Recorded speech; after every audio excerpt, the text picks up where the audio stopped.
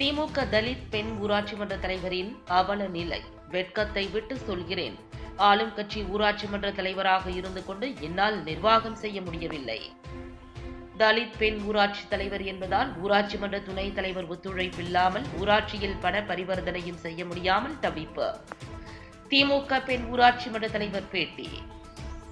தருமபுரி மாவட்டம் கடத்தூர் அருகே உள்ள மணியம்பாடி ஊராட்சியில் மஞ்சுளா சரவணன் என்பவர் தலைவராகவும் ராசாத்தி வடிவேல் என்பவர் துணைத் தலைவராக இருக்கிறார்கள். இந்நிலையில் ஊராட்சி மன்ற தலைவர் மஞ்சுளா பல்வேறு முறைகேட்டில் ஈடுபட்டதாகவும் அதனை கேட்ட ஊராட்சி மன்ற துணைத் தலைவராகிய தன்னை வார்டு உறுப்பினர்கள் மூலம் தகுதி நீக்கம் செய்ததாக கூறி கடந்த சில நாட்களுக்கு முன்பு ராசாத்தி என்பவர் மாவட்ட ஆட்சியர் அலுவலகத்தில் மண்ணெண்ணெய் ஊற்றிக்கொண்டு தீக்குளிக்க முயற்சி செய்தார். ஊராட்சி மன்ற தலைவர் மஞ்சுளா சரவணன் செய்தியாளர்களை சந்தித்தார். அப்போது அவர் கூறுகையில்,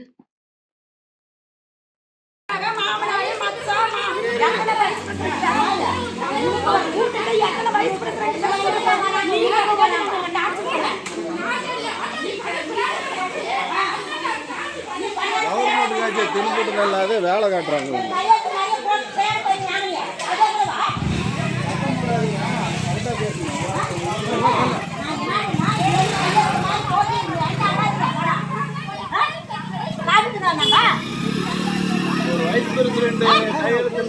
கையெழுத்து போட்டு இங்க பணம் எடுத்தாங்களா இல்லையா? அவங்க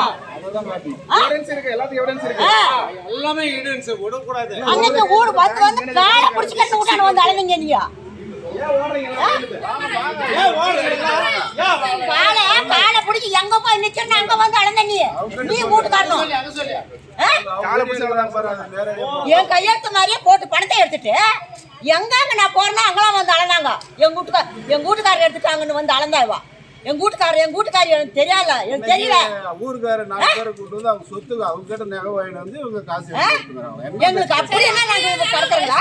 கையெழுத்து போட்டாதான் நாங்க யாருக்கு அவங்க காசு கொடுக்கணும் சொல்லுங்க. நீங்க இந்த பொதுமக்கள் கிட்ட நகை வாங்குறீங்க. அந்த நகையை வந்து ஒரு வைஸ் பிரசிடென்ட் வந்து கையெழுத்து போட்டா மட்டும் நீங்க எடுத்து நீங்க நகை மீட்டு தர முடியும். நீங்க தனிப்பட்ட மூலமா நகை மீட்ட முடியுமா? ஊருக்காரன் காசு போட்டு இவங்களுக்கு எடுத்து நகையை வச்சு இவங்க வந்து வேலை செய்யறாங்களா? அது எந்த வகையில என்ன இது ஒண்ணுமே புரிய மாட்டேங்குது. என்கிட்ட நகை வாங்குறாங்க அவங்க சொன்னாங்க. அப்ப என்னத்துக்கு தலைவரே ஒண்ணுமே புரியாது. நீங்க ஊர்ல காசு வாங்கி ஊரு நகையெல்லாம் வச்சு பண்ண தப்பு தான பாண்ட் எழுதி கொடுத்தது பாத்துவாங்க. இருக்கவங்க சேர்த்து போடி கொடுத்தது காசு கொடுத்தா பண்ண தப்பு தான். என்ன நாங்க பண்ணிட்டோம். எது ஒண்ணுமே எனக்கு தெரிய பண்றதுல அவங்க இப்ப பதில் சொல்ல போறாங்க.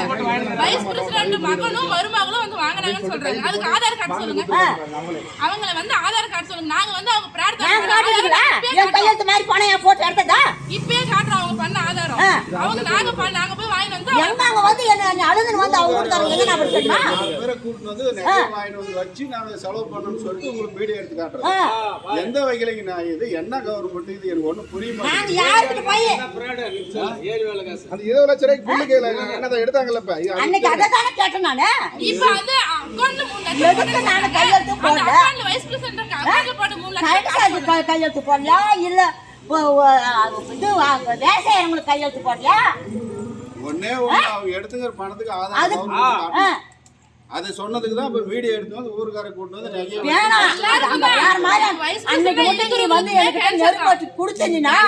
அவங்க ரிப்போர்ட் எடுத்துக்கிறாங்க. எவ்வளவு இது பண்ணிக்கிறாங்க. நான் வந்து படிக்காதவங்க நினைச்சுக்கினேன். அவங்க எவ்வளவு ஊழல் பண்ணிக்கிறாங்க தெரியுமா? பூராமே அவங்க எடுத்து காட்டு விட அவங்க நின்று இந்த கேக்குற கேள்வி பதில் சொல்லிட்டு போறாங்க. ஆப்போசிட் பாருங்க. எதுக்கு அவங்க போறாங்க? நான் என்ன சொல்றேன், இவங்களை கூப்பிடாம நீ கொண்டு வந்து பேட்டி கொடுத்துட்டேன். பேட்டி கொடுத்து ஊர்க்காரன் வந்து அவங்களுக்கு சாதகமான ஆளுங்க கூட்டு வந்து பேட்டி எடுத்துக்கலாம். நின்னாங்கல்ல ஆப்போசிட் பஞ்சாயத்துல 15 பேர் தானா? கேட்கணுமா கேட்கக்கூடாது? தலைவர் கேட்கலாமா கேட்கக்கூடாது? பொதுவா பேசணும். எதா இருந்தாலும் எல்லாரும். நான் மணியம்பாடி ஊராட்சி மன்ற தலைவர் எஸ் மஞ்சுளா சரவணன். ஆளுங்கட்சியில் இன்னைக்கு ஆளுங்கட்சி தலைவராக இருக்கேன். எனக்கு எதிர்கட்சி துணைத் தலைவர் ராசாத்தி வடிவேல் தான் எனக்கு துணைத் தலைவர். என் பஞ்சாயத்தில் துணைத் தலைவராக அவங்க 5 வருஷமாக எதுலேயுமே ஈடுபாடு இல்லை. எங்களுக்கு ஒத்துழைப்பும் தரலை. வருஷத்துக்கு ஒரு ட்ரிப்பு தான் செக் பவரில், அதுக்கு முன்னாடி பிஎஃப்எம்எஸ் இருந்தது. வருஷத்துக்கு ஒரு ட்ரிப்பு தான் எங்களுக்கு செக் பவரில் கையெழுத்தே போடுவாங்க. அந்த ஒரு வருஷத்தில் நாங்கள் எத்தனையோ வேலை செய்வோம். 50,000 செலவாகும், 10,000 செலவாகும், 1,00,000 செலவாகும். மக்கள் கேட்குற கேள்விக்கு அடுத்த நிமிஷமே என்னால் வேலை செஞ்சு தர முடியல. ஏன்னா இந்த 4 வருஷமும் எனது வந்து நிர்வாக முறைகேடு தான் நடந்தது. ஒவ்வொரு நாளும் அந்த பையன் என்னை பிளாக்மெயில் பண்ணி 20% என்கிட்ட பணம் கொடுத்தாதான் நீ மக்களுக்கு செய்யாமல் போ, நீ தலைவராக வந்துட்ட, அவங்க உன்னை செருப்பில் அடிக்கிற மாதிரி தான் நான் பண்ணுவேன். ஏன்னா ஒரு நாளைக்கு ஒரு அம்மா வந்து எனக்கு தண்ணி வரலன்னு கேட்டால் நான் உடனடியாக செஞ்சு தர வேண்டிய இடத்துல இருக்கேன். என் அக்கௌண்ட்லேருந்து பஞ்சாயத்து நிர்வாகத்துலேருந்து பணம் எடுத்து டிரான்சாக்ஷனே பண்ண முடியல. நான் கடன் வாங்கியும் பொம்பளைங்கிட்ட நகை வாங்கி வச்சுட்டும் தான் இந்த வேலைகள்லாம் செய்ய முடிஞ்சிச்சு. அப்படியாப்பட்ட பட்சத்தில் பணம் புரட்டுறதே எனக்கு பெரிய ஒரு சாதனையாக இருந்துச்சு. ஒரு நாளில் செய்ய வேண்டிய வேலையை ஜனங்களுக்கு வந்து 2 நாள் 3 நாள், இதுதான் என் பஞ்சாயத்தில் நடந்தது. அனைத்து இடத்துலையும் நாங்கள் வேலை செஞ்சு கொடுத்துருக்கோம். இல்லைங்க, என்னால் நான் முடிகிற வரைக்கும் அவங்க கேட்பாங்க, நான் செஞ்சு கொடுக்க மாட்டேன்னே சொல்ல மாட்டேன். ஏம்மா செஞ்சு கொடுக்குறேன், 2 நாள் 3 நாள் ஆகும். என் சூழ்நிலையை என்னால் வெக்கத்தை விட்டு சொல்ல முடியல. பஞ்சாயத்து தலைவராக ஒரு ஆளுங்கட்சியில் டிஎம்கேல எங்கள் வீட்டுக்காரர் துணைத் தலைவராகிறாரு. அப்படி இருந்தும் என்னால் பஞ்சாயத்தை நிர்வாகம் பண்ண முடியல. பஞ்சாயத்து முடங்கிய நிலையில் தான் இந்த 4 வருஷமும் என் பஞ்சாயத்து இயங்கினதே. நான் எத்தனையோ ட்ரிப்பு கலெக்டர்கிட்ட மனு கொடுத்துருப்பேன், டெப்டி கலெக்டர்கிட்ட மனு கொடுத்துருப்பேன், ஆர்டிஓவுக்கு ஃபைல் போட்டிருப்பேன். எல்லாருமே எல்லா பஞ்சாயத்துலேயும் இதுதாம்மா நடக்குது, எல்லாருமே துணைத் தலைவருங்க பணம் பறிக்கிறதுக்கு தான் எல்லா பஞ்சாயத்துலேயுமே இந்த மாதிரி தலைவருங்களை டார்ச்சர் பண்ணுறாங்க அப்படின்னு சொல்லி என்னை சமாதானம் பண்ணுவாங்களே தவிர இந்த பிரச்சனையை பெருசு பண்ணவே விட மாட்டேன். ஒவ்வொரு கிராம சபையிலையும் இந்த வைஸ் பிரசிடென்ட்டு ஆளுங்களை வார்டு மெம்பருங்களை சேர்த்திக்கின்னு எல்லாரையும் 200 ரூபா பணம் கொடுத்து கூட்டின்னு வந்து என்னை அசிங்கப்படுத்துவாங்க. நான் செஞ்சும் கெட்ட பேர் தான் வாங்கினேன். இந்த 5 வருஷமும் என்னை டார்ச்சர் தான் பண்ணிட்டாங்க. ஏன் இத்தனை நாள் நடந்த அவமானத்தோடு இன்றைக்கி நடந்துக்கிற அவமானம் எனக்கு பெருசாகுது. 30 லட்சம் நான் கையாடல் பண்ணிட்டேன்னு சொல்கிறாங்க. நான் ஒரு பைசா கூட இன்ன வரையும் எனக்கு ஸ்டாக் பேமெண்ட்டு இன்றைக்கி தான் அவங்க கலெக்டர் நகல் போட்டு இன்றைக்கி தான் எனக்கு பண்ணி கொடுக்குறதாவே இருந்தாங்க. ஆனால் இந்த மன உளைச்சலில் அவங்க போய் சீமானை ஊற்றிக்கினாங்கன்ற தகவல் எனக்கு ஊர் வாரியாக ஒரு ஊருக்கு இல்லைனாம ஒரு 100 பேர் 50 பேர் 10 பேர் எனக்கு ஃபோன் பண்ணி கேட்டதுனால என்ன இப்படி கடைசி நேரத்தில் நம்மளை கெட்ட பேர் பண்ணிட்டாங்களேன்னு எனக்குமே உடல்நிலை சரியில்லாத போயிடுச்சு. ஆமாம், கம்ப்ளைண்ட் பண்ணேன். 2 வருஷமாக என் பஞ்சாயத்தில் டிரான்சாக்ஷனே ஆகலை.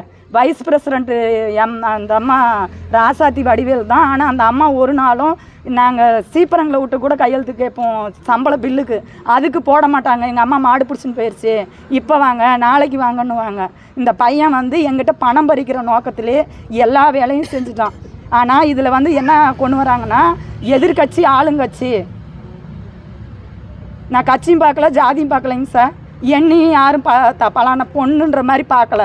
இன்ன வரையும் என் வீட்டு பொண்ணு, எங்கள் தங்கச்சி வரா, எங்கள் மச்சான் பொண்டாட்டி வரா, எங்கள் அண்ணன் பொண்டாட்டி வரான்னு தான் பேசுகிறாங்க. இது மான பிரச்சனை மாதிரி ஆயிடுச்சு. ஒரு பஞ்சாயத்து தலைவருக்கு இவ்வளோ பிரச்சனையானும் போது இது தலித் பெண்ணுன்றதுனால இவ்வளோ பண்ணிட்டாங்கன்றது வரும்ன்றதுக்காக நான் இது சொல்லலை வெளியே. சார் வயசுக்கே அக்கௌண்ட்டில் பணம் போட்டிருக்கேங்க சார். இத்தனை நாள் கையில் எடுத்து கொடுத்தது எல்லாமே நான் வீடியோ வச்சுருக்கேன். நான் கொடுத்ததுக்கு அவங்க வீட்டுக்காரையும் அந்த தம்பியுமே வந்து வாங்கின்னு வந்தாங்க. அதுக்கு என்கிட்ட வீடியோ இருக்குது. என் கான்ட்ராக்டுக்காரர்கிட்ட ஒரு அமௌண்ட்டு எனக்கு 3 லட்சம் நீங்கள் கொடுத்தாதான் ஒடசல்பட்டி பேங்க்கில் செக்கு மேனேஜர்கிட்ட கொடுப்பேன் அப்படின்னு எங்களை பிளாக்மெயில் பண்ணாங்க சார். எங்கள் கான்ட்ராக்டுக்காரர் அக்கௌண்ட் செல்லுலேருந்து அவங்களுக்கு 3 லட்ச ரூபா டிரான்சாக்ஷன் பண்ண என்கிட்ட பேங்க்கு எவிடன்ஸ் இருக்குங்க சார். பாப்பிப்படி சட்டமன்ற உறுப்பினர் வந்து வீடியோ கிட்ட பேசும்போது அவங்க ஏதோ ஒத்துக்கிட்டான்னு சொன்னாங்க, அதை பற்றி என்ன சொல்கிறேன்? இல்லைங்க சார், அவங்க வந்து என்ன சொன்னாங்கன்னா ஒரு பெண் தலைவருக்கு இவ்வளோ பிரச்சனையா, இந்த அம்மா என்கிட்ட வந்து அழுது ஒவ்வொரு நாளும், அதனால் நான் தான் தலைவருக்கு சப்போர்ட் பண்ண என்னை சஸ்பெண்ட் பண்ணால் பண்ணுங்க அப்படின்னு சொல்லி அவங்க வந்து எம்எல்ஏ வந்து வீடியோவை மிரட்டினாங்க. அதனால் என்னை சஸ்பெண்ட் பண்ணால் பண்ணுங்க அப்படின்ற மாதிரி. யாராக இருந்தாலும் சார் நாங்கள் எல்லாமே பொம்பளைங்க, எங்களுக்கு யாரும் ஜென்ஸ் சப்போர்ட்டோ இல்லை ஒரு பிரச்சனை எங்களுக்கு வந்து நிற்கணுன்னாலும் கூட நிற்கிறதுக்கு ஆள் இல்லை. என் ஹஸ்பண்டு எங்கே நிற்கிறாரான்னு பாருங்கள். என் கோரிக்கை என்னென்னா 5 வருஷம் எனக்கு மன உளைச்சல் தான் மிச்சம். நான் செருப்பே தைச்சிருந்துக்கலான்றோம். நான் எனக்கு உண்மையிலே மன உளைச்சலாகுது. எந்த தலைவருக்கும் நடக்காத பிரச்சனை இது. ஒவ்வொரு நாளும் என் பஞ்சாயத்தை பிரச்சனையோட தான் தூக்கின்னு போயின்னுக்கிறேன். செக் தர முடியல, ஒகேனக்கலுக்கு தர முடியல. ஒகேனக்கலுக்கு பஞ்சாயத்துலேருந்து நம்ம அமௌண்ட்டு பில் பாஸ் பண்ணால் தான் எனக்கு தண்ணியே வருங்க சார். அதே ஒகேனக்கல் ஆப்ரேட்டர் எத்தனையோ பேர்கிட்ட பில்லே தரதில்லை இந்த அம்மா. சார் நான் மட்டும் இல்லைங்க சார், செக் பவர் துணைத் தலைவருக்கும் தான். அந்த துணைத் தலைவர் செக் பவர் லேகிங் பண்ணாதான் லாஸ்ட்டாக தான் தலைவர் பார்த்து ரிஜெக்டும் பண்ணலாம், கொடுக்கவும் கொடுக்கலாம்.